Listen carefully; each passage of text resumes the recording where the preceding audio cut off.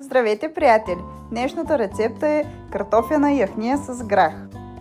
Ще загрея 50 мл олио и една голяма супена лъжичка краве масло. Когато мазнината се загрее, ще добавя един голям стар лук. Ще го запържа хубаво.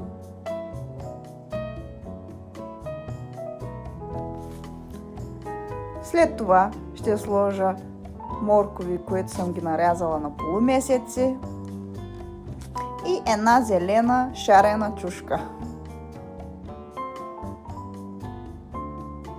Ще ги запържа общо за 5 минути. С затворен капак ще ги задуша.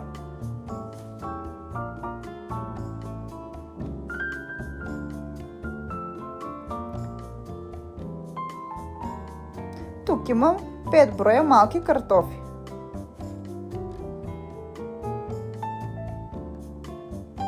След като се запържат малко, ще сложа малко бурканче лютеница или доматено пюре.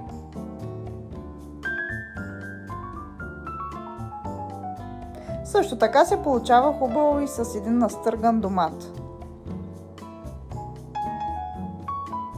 Аз общо ще добавя 1 литър вода.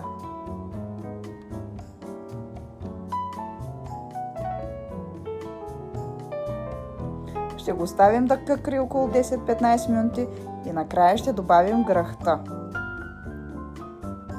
След 25 минути манджата ни е готова.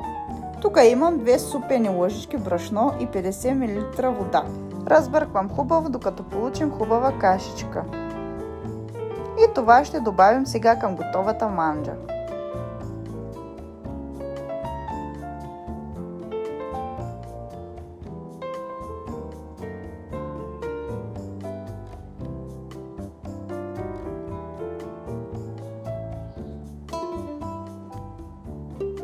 Идва ред на подправките. Ще подправим с една чайна лъжичка сол, черен пипер и червен пипер.